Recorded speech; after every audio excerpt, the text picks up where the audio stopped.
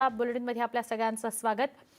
मी परळीत गेलो नसतो तर सगळ्या प्रकरणाची तीव्रता वाढली असती अशी प्रतिक्रिया दिली आहे भाजपचे प्रदेशाध्यक्ष चंद्रकांत पाटील यांनी। ते सोलापुरामध्ये बोलत होते।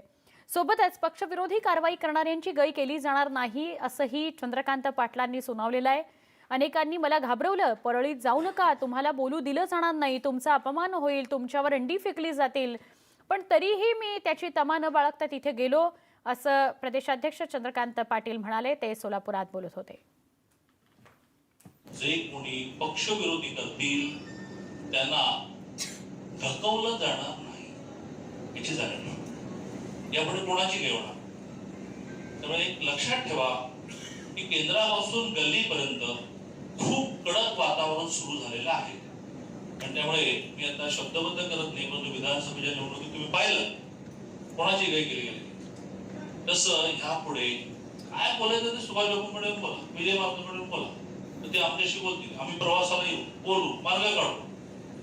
रोज उठून पक्षविरोधी कारवाया चालणार नाही। परळीचं उदाहरण लक्षात आलं असेल की अनेकांनी मला सुचवलं की तिथे जाऊन काय होईल माहित नाही, तुम्हाला बोलू देतील की नाही माहित नाही, तुम्हाला फोटोआउट करतील, तुमच्यावर अंडी भेटतील।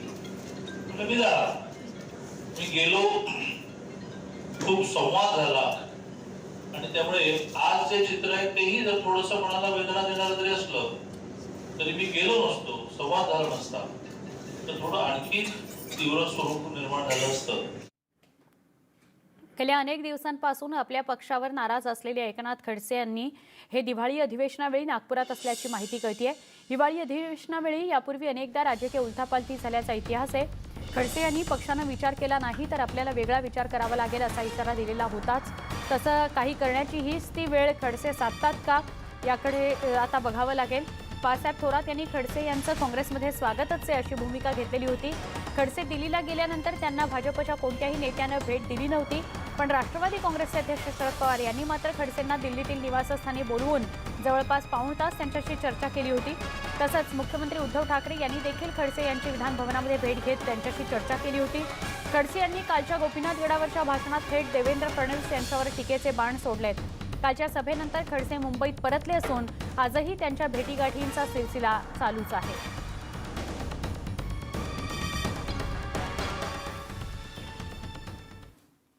दरम्यान भाजपचे सहयोगी खासदार संजय काकडेंनी पंकजा मुंडेंवर घणाघाती टीका केली आहे। पंकजा यांचं कालचं भाषण सच्च्या कार्यकर्त्याला दुखावणार आहे, तसंच जे मतदारसंघ सांभाळू शकले नाहीत ते आता दौरे काढून काय होणार असा खोचक सवाल सुद्धा त्यांनी काकडे यांनी पंकजांना केलेला आहे। पंकजा यांनी पक्षविरोधी वक्तव्य करण्याचे उपद्व्याप करायला नको होते असेही काकडेंनी म्हटलंय।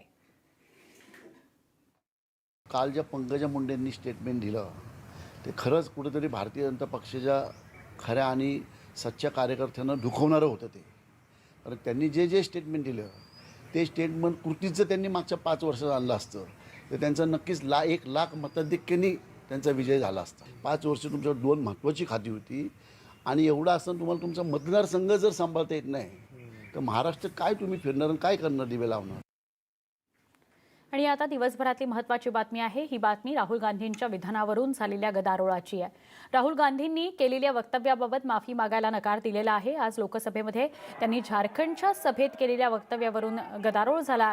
माफी मागण्याचा प्रश्नच येत नाही, त्यामुळे मी माफी मागणार नाही असं राहुल गांधींनी लोकसभेतल्या गदारोळानंतर बाहेर आल्यावर म्हटलंय।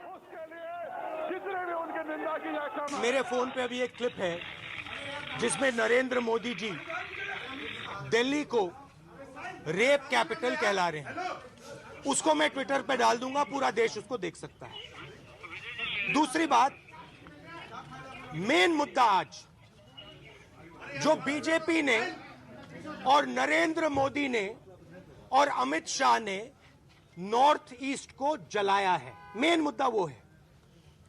अब ध्यान उस मुद्दे से हटाने के लिए नरेंद्र मोदी जी और बीजेपी मेरे ऊपर ये बोल रहे हैं।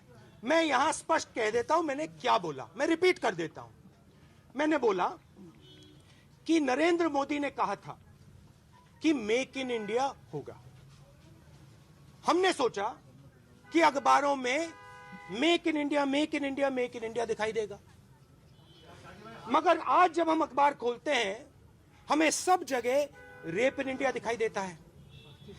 कोई भी स्टेट नहीं है जहां बीजेपी राज कर रही है और दिन भर वहां पे महिलाओं पर बलात्कार नहीं हो रहा। उन्नाव में बीजेपी के एमएलए ने महिला का रेप किया है।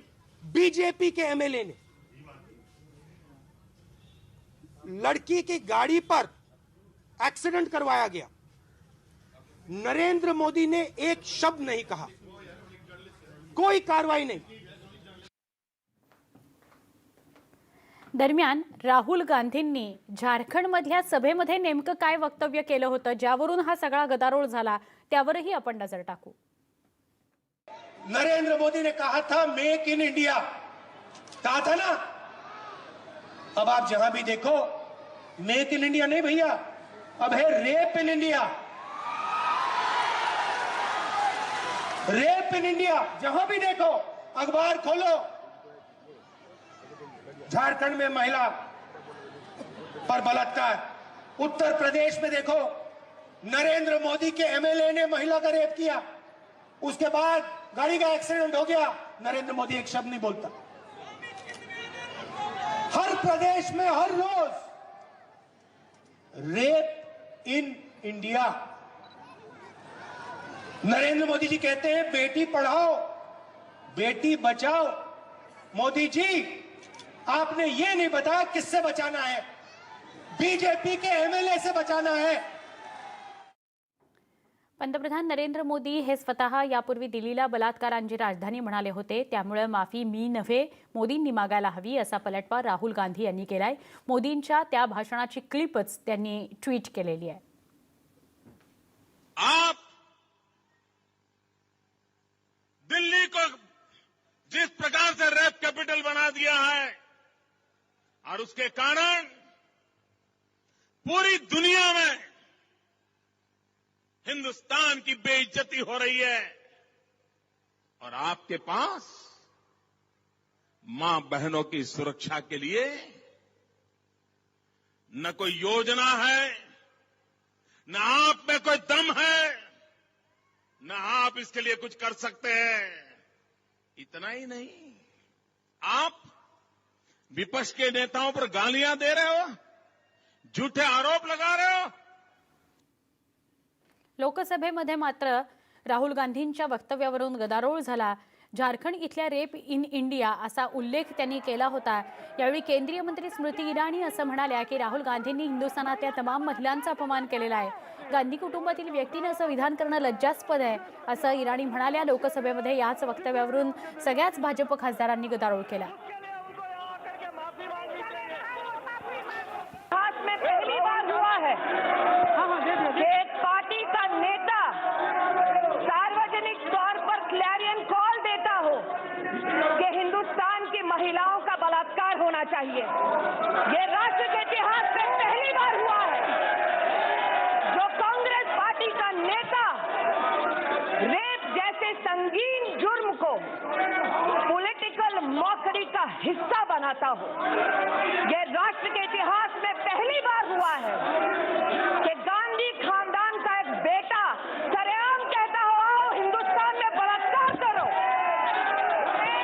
आज मैं अध्यक्ष जी आपसे पूछना चाहती हूं, इस सदन के नेता है राहुल गांधी, इस सदन के सांसद हैं, क्या राहुल गांधी का ये वक्तव्य है कि हिंदुस्तान में हर पुरुष महिला का बलात्कार करना चाहता है? क्या राहुल गांधी का ये वक्तव्य है, संदेश है देश की जनता को कि वो सार्वजनिक आह्वान करते हैं कि देश की महिलाओं का बलात्कार होना चाहिए? अध्यक्ष जी, आज ये मात्र इस सदन की महिला और पुरुष सांसदों की गरिमा की बात नहीं है। इस सदन का एक सदस्य पहली बार ये हिमाकत कर रहा है कि हिंदुस्तान की औरतों के बारे में उनका बलात्कार होना चाहिए, ऐसे शब्द उसके मुंह से निकल रहे हैं।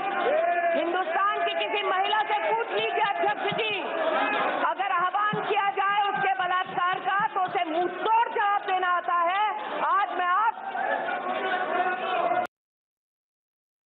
इस मेक इन इंडिया इस शब्द के साथ जिन शब्दों की तुकबंदी इस सदन के वरिष्ठ सदस्य जो कांग्रेस पार्टी के राष्ट्रीय अध्यक्ष रह चुके हैं राहुल गांधी के द्वारा की गई है, अध्यक्ष महोदय, सचमुच मैं ये कहना चाहता हूं, मैं तो आहत हुआ हूं, पूरा सदन आहत हुआ है और मैं समझता हूं सारा देश आहत होगा। क्या इस सदन में ऐसे भी लोग सुनकर आ सकते हैं, अध्यक्ष महोदय, जो कि इस प्रकार के शब्दों का प्रयोग करते हैं? मैं उस शब्द का इस सदन में प्रयोग नहीं कर सकता हूं, अध्यक्ष महोदय। नागरिकत्व सुधारणा कायदा राज्यात लागू करण्याबाबत दिल्लीतील वरिष्ठ नेत्यांशी बोलू असं काँग्रेसचे प्रदेशाध्यक्ष आणि महसूल मंत्री बाळासाहेब थोरात म्हणाले। हा कायदा संविधानावर आधारित नाही आणि त्याला आमचा विरोध आहे, त्यामुळे थोरात यांनी हे वक्तव्य केलंय।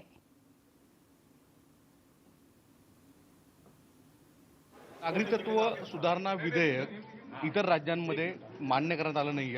राज्यात काय होईल? काँग्रेसचे प्रदेशाध्यक्ष आपल्याबरोबर आहेत बाळासाहेब थोरात। सर, राज्यात सरकार आहे आता, याबाबत नेमकी भूमिका काय? नाही, आम्ही तर यापूर्वी सुद्धा सांगितलं की CAG जे झालं ते आपल्या जी संविधान आहे त्याच्या मुताबिक झालेलं नाही, त्या स्थितीप्रमाणे नाही, हे तर आम्ही सांगितलेलं आहेच। या बाबतीतले पुढचे काही जे असते आम्ही त्याबाबत चर्चा करून निर्णय त्यामधले होतील। सर, राज्याच्या मुख्यमंत्र्यांना तुम्ही तशी विनंती करणार का? पहिलं तर आम्हाला ठरवू द्या, चर्चा आम्ही केंद्रीय नेतृत्वाशी करू आणि पुढे त्यानंतर निर्णय घेऊ। धन्यवाद। केंद्राशी चर्चा करून निर्णय घेऊ अशी स्वरूपाची भूमिका घेतली आहे। व्हिडिओ जर्नलिस्ट नवनाथ कोंडेकरसह सागर कुलकर्णी, लोकमत, मुंबई। औरंगाबाद महापालिकेमध्ये आज भाजपनं युतीमधून बाहेर पडल्याचं जाहीर केलं। शिवसेनेनं मात्र या प्रकरणी सावध भूमिका घेतली। मुख्यमंत्री उद्धव ठाकरे यांच्या अभिनंदनाचा प्रस्ताव मांडला गेला। त्या प्रस्तावाच्या वेळी भाजप नगरसेवकांनी औरंगाबादचं संभाजीनगर नामकरण करावं अशी भूमिका घेत गोंधळ घातला आणि भाजपचे उपमहापौर विजय औताडे खाली नगरसेवकांमध्ये बसले। महापौर नंदू घोडिले यांनी औताडे यांना बजावलं, खाली बसायचं असेल तर राजीनामा द्या। त्यानंतर लगेच औताडे यांनी मनपा आयुक्तांकडे राजीनामा सोपवला। भाजप युती तोडल्याचं सांगत असलं तरी शिवसेनेचे महापौर नंदू घोडिले यांनी सावध भूमिका घेतली आहे। सन्मान्य उपमहापौर विजय औताडे यांनी उपमहापौर पदाचा राजीनामा थेट आयुक्तांकडे सादर केलेला आहे आणि मला वाटतं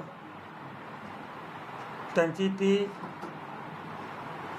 पक्षाची भूमिका असेल, त्यांची वैयक्तिक भूमिका असेल, परंतु त्यांनी जी भूमिका घेतली त्याच्या बाबतीमध्ये मी स्टेटमेंट करणं योग्य नाही, परंतु राजीनामा दिलेला आहे ही बाब तेवढीच करेल। मंजूर करणार आहे का तुम्ही? त्यांनी आयुक्तांकडे दिल्यानंतर थेट त्यांनी आयुक्तांना या ठिकाणी राजीनामा दिलेला आहे आणि निश्चितपणे एखादा सदस्य आपला पदाचा जर राजीनामा देत असेल, तोही आयुक्तांकडे देत असेल, तर निश्चितपणे तो आयुक्तांनी मान्य करावा असे संकेत असतात। आणि बातमी आहे नाशिकची। काँक्रिटीकरणाने बुजवले गेलेले जिवंत झरे खुले करण्याचा निर्णय स्मार्ट सिटी समितीने घेतलाय। त्यामुळे अखेर गोदावरी नदी आता मोकळा श्वास घेईल अशी शक्यता आहे। दर 12 वर्षांनी भरणाऱ्या कुंभमेळा स्थानावर हे झरे बुजवण्यात आले होते। रामकुंडासह सीताकुंड, इंद्राकुंड, गांधी तलाव इथल्या प्राचीन 17 जिवंत झरे 2003ला काँक्रिटीकरण करून बुजवले गेले होते। पेशवेकालीन असलेले झरे आणि अहिल्याबाई होळकर यांनी बांधलेल्या या झऱ्याभोवतीचं कुंड प्रवाहित करण्याची मागणी लावून धरलेल्या पर्यावरणप्रेमी देवांग यांनी या लढ्याचं हे यश मानलेलं आहे। नाशिकच्या गोदा पात्रात आपण आहोत। आज गोदावरी नदी अखेर मोकळा श्वास घेते। हीच आहे ती जागा जो गांधी तलाव, रामकुंड, इंद्रकुंड, सीताकुंड सगळे एकमेकांना लागलेले आहेत। होळकर पुलापासून जे सगळं पाणी या ठिकाणी प्रवाहित होत असतं नदी पात्रामध्ये, हे पाणी पूर्णपणे रोखण्यात आलेलं आहे। गांधी तलाव पूर्णपणे कोरडा करण्यात आलेला आहे। आपल्याला माहिती आहे की 2003 साली कुंभमेळ्याच्या अलीकडे या ठिकाणी काँक्रिटी करून 17 जिवंत झरे या ठिकाणी बुजवण्यात आले होते आणि तेच जिवंत झरे पुन्हा पुनरुज्जीवित करण्यासाठी मागणी अनेक दिवसांपासून होती। स्मार्ट सिटी अंतर्गत या प्रकल्पाची ही मागणी अखेर मंजूर झाली आणि गोदावरी नदीच्या या पात्रामध्ये हे काँक्रिटीकरण जे आहे हे उखडण्याचं काम आता सुरू झालंय। याच ठिकाणी आपण बघतोय की हीच आहे ती जागा ज्या ठिकाणी कुंभमेळा दर 12 वर्षांनी भरत असतो आणि हे 17 पाण्याचे जिवंत झरे जे या ठिकाणी होते आणि ते झरे जर का मुक्त झाले तर खऱ्या अर्थानं गोदावरी नदी ऐन पाणी अवर्षणाच्या काळात सुद्धा मोकळा श्वास घेऊ शकते, अशा प्रकारची मागणी सातत्यानं केली जात होती. या ठिकाणी आपण बघतोय की हा जो JCB आहे महापालिकेच्या माध्यमातून किंवा स्मार्ट सिटी प्रकल्पांतर्गत या ठिकाणी या पूर्णपणे कॉन्क्रिटीकरण उखडण्याचं काम सुरू झालेलं आहे. खरं तर अनेक वर्षांपासून ही मागणी होती. पर्यावरणप्रेमी देवांग जनी यांच्या मागणीला अखेर प्रतिसाद मिळाला आणि कॉन्क्रीटकरण करून हे पूर्ण कॉन्क्रीट जे 2003 साली केलेलं होतं हे आता उखडण्यात येत आहे. जर खरोखर जिवंत झरे बुजवण्याचं काम या कॉन्क्रीटने केलं होतं तर मग ते केलंच का, अशा प्रकारचे अनेक प्रश्न आज जरी अनुत्तरित असले तरी गोदावरी नदी ही पुन्हा एकदा मोकळा श्वास घेऊ शकते हे आता स्पष्ट व्हायला सुरुवात झालेली आहे. व्हिडिओ जर्नलिस्ट हेमंत बागुलचा प्रशांत बाग, न्यूज 18 लोकमत, नाशिक. अनंत अडचणीवर मात करून आज कॉन्क्रिटीकरण मुक्त गोदेच्या कारवाईला आज शुभारंभ झालेला आहे. आनंदाची बाब आहे, पण अजून लढा मोठा आहे. 17 प्राचीन कुंड अजून पुनर्जीवित व्हायचे बाकी आहे, डिकॉन्क्रिटायझेशन व्हायचे बाकी आहे. 17 प्राचीन कुंडांचे जे निर्माण करते होते, अहिल्यादेवी होळकर असतील, गोपिकाबाई पेशवे असतील, बाजीराव पेशवे प्रथम असतील, या महापुरुषांना अजून न्याय द्यायचा बाकी आहे. मुंबईतील पश्चिम रेल्वे मार्गावर नायगाव रेल्वे स्टेशनवर एक विचित्र अपघात CCTVत कैद झालाय. नायगाव रेल्वे स्टेशनवरील प्लॅटफॉर्म क्रमांक 2वर विरारच्या दिशेनं आलेली लोकल थांबली. त्यानंतर लोकलमधून उतरताना इंद्रजित गोसावी हा प्लॅटफॉर्मवर उतरताना तोल जाऊन दोन्ही डब्यांच्या मध्ये पडला. या अपघातात गोसावीला गंभीर दुखापत झाली आहे. त्याच्यावर वसईतील खासगी रुग्णालयामध्ये सध्या उपचार सुरू आहेत.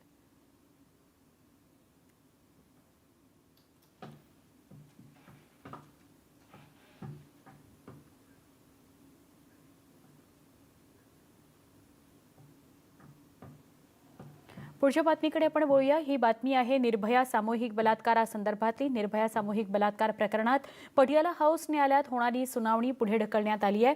या प्रकरणातील एका आरोपीची पुनर्विचार याचिका सर्वोच्च न्यायालयानं स्वीकारली आहे. त्यावर 17 डिसेंबरला सुनावणी होणार आहे.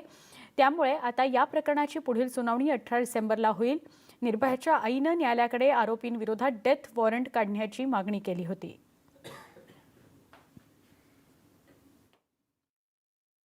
कोर्ट ने 1 हफ्ते का और टाइम दिया है क्योंकि एक की रिव्यू सुप्रीम कोर्ट में पेंडिंग है. 17 तारीख को उस पर सुनवाई है, वहाँ पे खारिज होगी और 18 तारीख को हमें पूरा उम्मीद है कि 18 तारीख को उनका डेथ वारंट निकल जाएगा. आज कोर्ट ने उनके वकील को भी समझा दिया कि आपने कोर्ट का सिस्टम का बहुत समय बर्बाद किया, तो अब उनकी कोई रेमेडी बाकी नहीं है. हमें पूरा उम्मीद है कि अब कोर्ट निर्भया के मुजरिमों को फांसी देगा और उसको इंसाफ देगा. एक छोटासा ब्रेक, पुन्हा पहा फक्त न्यूज 18 लोकमत.